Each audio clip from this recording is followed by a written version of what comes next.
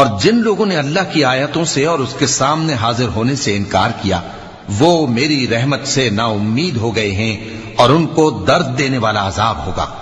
تو ان کی قوم کے لوگ جواب میں بولے تو یہ بولے کہ اسے مار ڈالو یا جلا دو، مگر اللہ نے ان کو آگ میں جلنے سے بچا لیا۔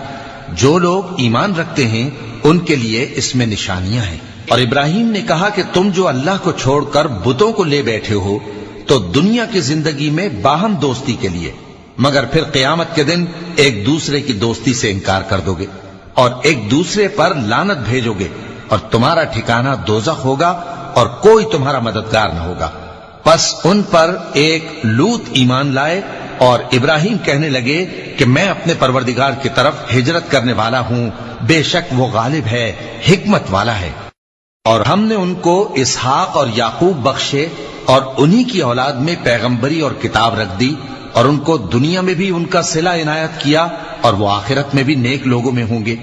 اور لوط کو یاد کرو جب انہوں نے اپنی قوم سے کہا کہ تم عجب بے حیائی کے مرتکب ہوتے ہو، تم سے پہلے اہل عالم میں سے کسی نے ایسا کام نہیں کیا۔ کیا تم مردوں کی طرف مائل ہوتے اور رہزنی کرتے ہو اور اپنی مجلسوں میں ناپسندیدہ کام کرتے ہو؟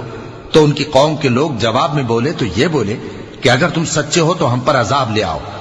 لوط نے کہا کہ اے میرے پروردگار، ان مفسد لوگوں کے مقابلے میں مجھے نصرت عنایت فرما۔